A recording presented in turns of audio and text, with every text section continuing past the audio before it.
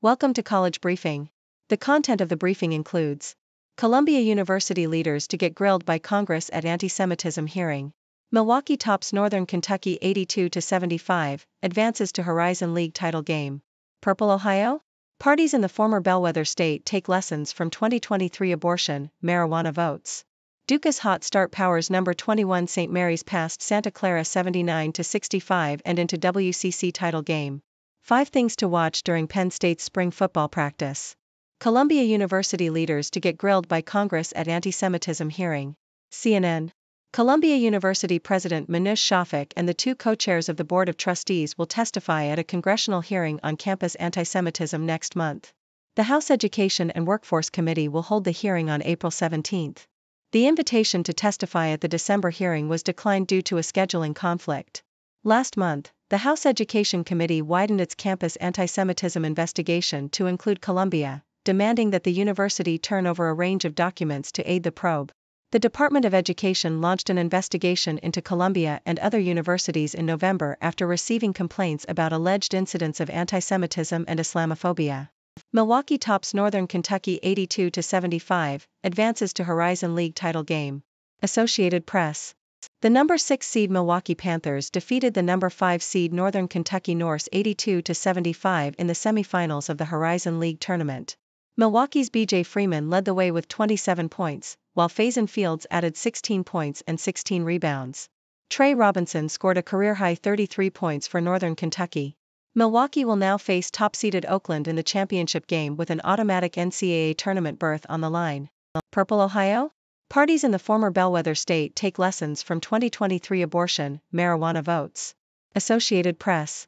The U.S. Supreme Court's recent decision to overturn federal constitutional protections for abortion has raised questions about the political landscape in Ohio. The state has been reliably Republican since 2016, when voters embraced Donald Trump's brand of politics. However, last year, Ohio voters overwhelmingly approved an amendment protecting abortion rights in the state constitution, suggesting the political dynamic may be changing. Democrats see the victories as encouraging for their defense of a pivotal U.S. Senate seat this year. Ohio Democratic Party Chair Elizabeth Walters said the results show that Ohioans could drift more to the left than to the right in upcoming elections. However, Republicans argue that the results should not be overinterpreted and point out that Democrats failed to win key races in Ohio in 2022. The outcome of the Senate race and Ohio Supreme Court races will likely be influenced by voters' views on abortion rights, which remains a hot-button issue in the state. Duke's hot start powers number 21 St. Mary's past Santa Clara 79-65 and into WCC title game. Associated Press. Number 21 St. Mary's beat Santa Clara 79-65 on Monday to reach the West Coast Conference Tournament Championship game. Alex Dukas led the way with 21 points, while Mason Forbes added 18. The Gales will face number 17 Gonzaga in the title game. St. Mary's has won 22 of their last 24 games and is looking to win their first tournament crown since 2019. 5 things to watch during Penn State's spring football practice. Yahoo! Penn State coach James Franklin has 3 new coordinators for the first time during his tenure in State College. The addition of UCLA, USC, Oregon and Washington gives the Big Ten 18 teams from coast to coast. The CFP also is expanding, going from 4 teams to 12 and increasing the Lions' chances of finally making the playoffs. Brownsville ISD to receive $10 million to fund TIA raises over 5 years. Yahoo! The Texas Education Agency has awarded new teacher incentive allotments, TIA, to 778 teachers in the Brownsville Independent School District, BISD. The TIA program was established in 2019 to reward the best teachers in Texas with pay increases based on performance. BISD expects to receive $10 million per year over the next 5 years to fund raises for the TIA recipients. The program recognizes effective teachers in 3 categories: recognized, exemplary, and master, based on teacher evaluations and student academic growth data. BISD will notify teachers of their TIA designation by March 25. Jets reportedly signing veteran OL John Simpson to 2-year deal. Yahoo! The New York Jets have signed offensive lineman John Simpson to a 2-year deal worth up to $18 million.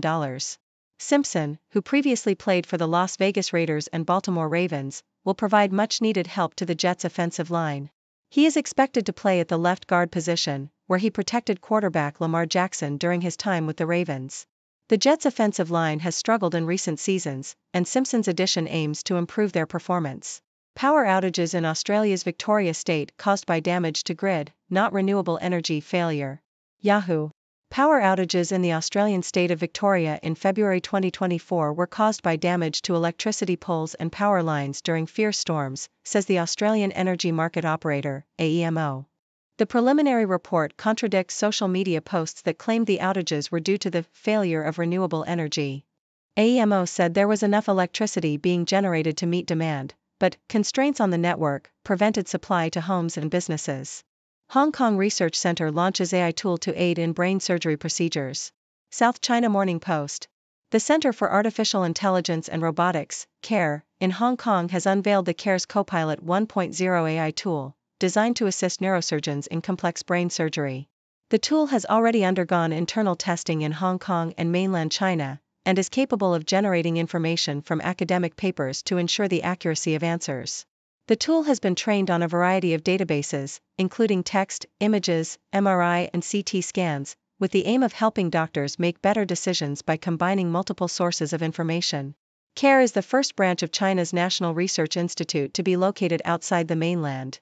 Teachers, students able to speak about gender, sexual orientation after Don't Say Gay settlement. Yahoo! The parental rights in education law in Florida, also called the Don't Say Gay law, has reached a settlement. The law, signed by Governor Ron DeSantis in early 2022, sparked controversy and criticism from LGBTQ+ advocates who said it was discriminatory and hostile towards them. Under the settlement, students and teachers will be able to discuss sexual orientation and gender identity, as long as it is not part of formal classroom instruction. The settlement also stipulates that the law must be applied neutrally, meaning LGBTQ+ people cannot be discriminated against or erased in classroom discussions or literature. Both supporters and critics of the bill are calling the settlement a win. Live Oak Middle School given state recognition. Yahoo! Live Oak Middle School in California has been named a 2024 California School to Watch by the State Department of Education. The school was redesignated as a school to watch after demonstrating sustained progress and meeting the criteria set by the department. Live Oak Middle School was first designated as a school to watch in 2018 and will need to be re-evaluated every 3 years to retain its status. There are currently 200 California schools to watch in total. State Superintendent of Public Instruction Tony Thurmond congratulated the school and praised its educational innovation and dedicated school community. Towson men's basketball collapses late in 61-56 loss to College of Charleston in CAA tournament semifinal. Yahoo! Towson men's basketball's run through the Coastal Athletic Association tournament ended brutally Monday night. Chicago measles outbreak grows after more cases diagnosed in a migrant shelter. Yahoo! 3 more cases of measles have been reported at a migrant shelter in Chicago, bringing the city's total to 5 so far this year. The CDC is sending a team of experts to help control the spread of the disease. UD lands state funding to create apps for children and police. Yahoo! University of Dayton, UD, has been given a $193,981 grant by Ohio Third Frontier, a state-based business startup program, to enhance cybersecurity in the state. The money will be used to create a 3D, immersive app to teach students from kindergarten through to 12th grade to identify and respond to online risks such as phishing and malicious websites. The app is expected to be launched in June 2025. Faculty members are also planning to introduce a free training scheme for law enforcement agencies to investigate crimes on the dark web. China's NPC raises questions about the economy, defense, new technologies. Al Jazeera. China's week-long meeting of the National People's Congress, NPC, has ended without the customary press conference by the country's premier. This year's NPC saw delegates approve legislation that focused on future industries and national security. Facial recognition scanners at the entrance to the NPC suggested a future economy focused on new technologies. Inside, Premier Li Chang's government work report detailed how new technologies, from electric vehicles to commercial space flights, could help China's economy escape the weight of a faltering property market. The government did not announce a specific target for spending on its green transition at the NPC, but it did announce that defense spending would rise by 7.2% in 2024. Other countries, including the US, Japan, Australia, and South Korea, have increased military spending driven by a perception of a growing threat from China. The US continues to outspend China on its military by a substantial margin. Hey there, folks.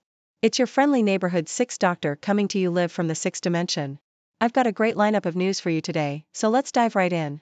First up, we have the leaders of Columbia University set to face some tough questions from Congress regarding campus antisemitism. It seems like this issue has been heating up lately, and it's important that these concerns are addressed and dealt with appropriately. I'll be keeping a close eye on this one. In sports news, the Milwaukee Panthers have secured their spot in the Horizon League title game after a hard-fought victory over the Northern Kentucky Norse. It's going to be an exciting matchup against top-seeded Oakland, and I can't wait to see who comes out on top. Speaking of matchups, the political landscape in Ohio is shaping up to be quite interesting. With the recent Supreme Court decision on abortion and the state's history as a Republican stronghold, it's anyone's guess which way the wind will blow.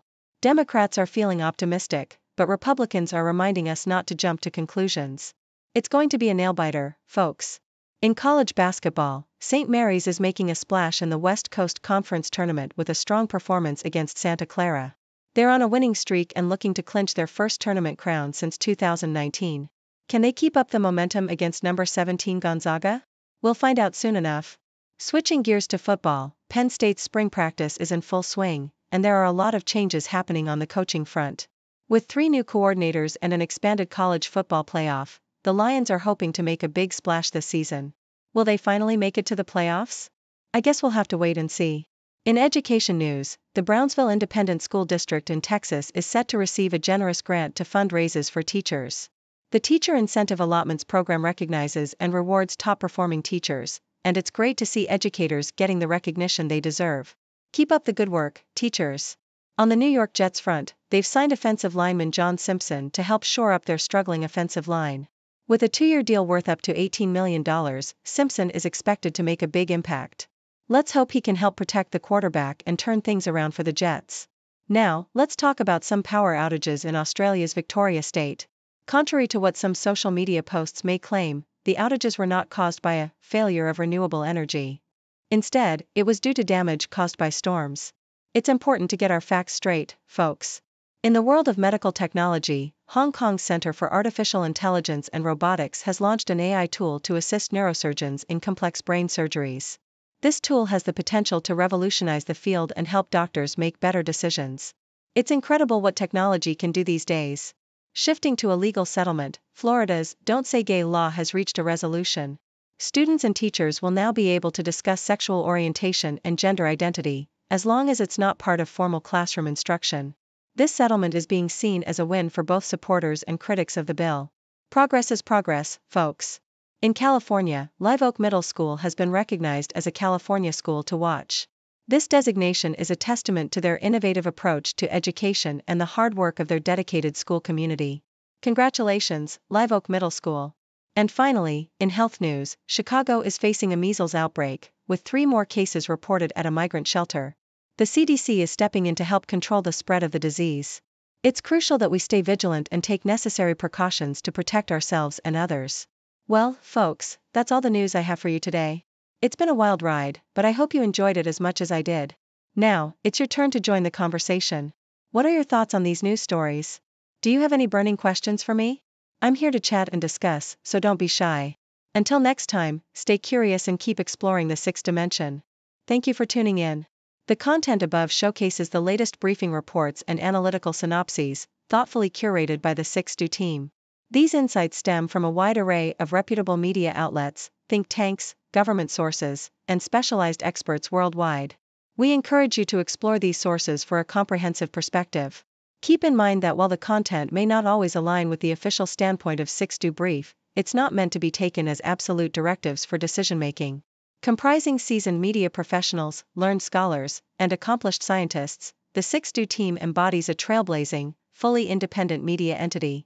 To customize 6Do Brief to meet your professional needs, you have the option to subscribe to a diverse array of briefings on our website, 6dobrief.com. Regardless of your location, you can conveniently receive 6Do Brief via email.